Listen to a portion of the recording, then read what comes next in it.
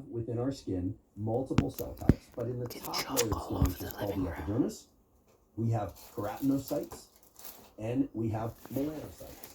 And the melanocytes are the cells that create pigmentation of the skin. And of course, there is wide variation in the degree to which there is pigmentation of the skin, which has to do with genetics, also has to do with where you were born and raised, how much light exposure you have throughout the year, right? So people toward the equator tend to have more melanocyte activity than people who are located at the North Pole.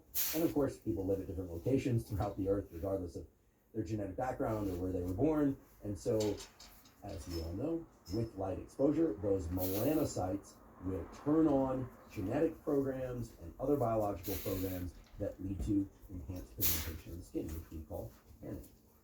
The way they do that is by absorbing UV light specifically. So with melanocytes, we have a very specific example of how a pigment absorbs light of a particular length, in this case, ultraviolet, short wavelength light, which in turn creates a set of biological signals within those cells that in turn creates changes in our skin pigmentation. So we have photoreceptors, we have melanocytes, and the third example I'd like to provide is that of every cell of your body. What I mean by that is that every cell of your body, meaning a cell that is part of your bone tissue, or your bone marrow, or heart tissue, or liver, or spleen, if light can access those cells, it will change the way that those cells function, for better or for worse.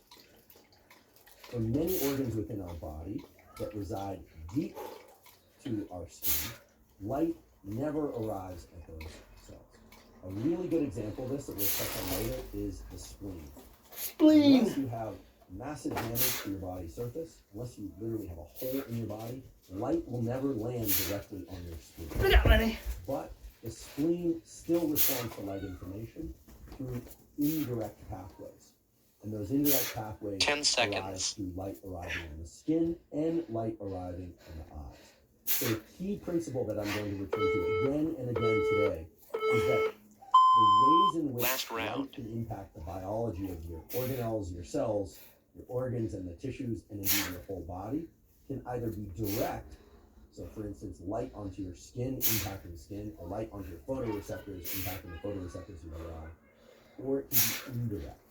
It can be light arriving on your photoreceptors, the photoreceptors then informing another cell type, which informs another cell type, which then relays a signal in kind of a bucket brigade manner off to the spleen and says to the spleen, hey, there's a lot of UV light out here. We're actually under stress. In fact, there's so much UV light that you need to activate an immune program to protect the skin. And in response to that, the spleen can deploy certain signals in certain cell types to go out and start repairing skin that's being damaged by UV light. So we have direct signals and we have indirect signals.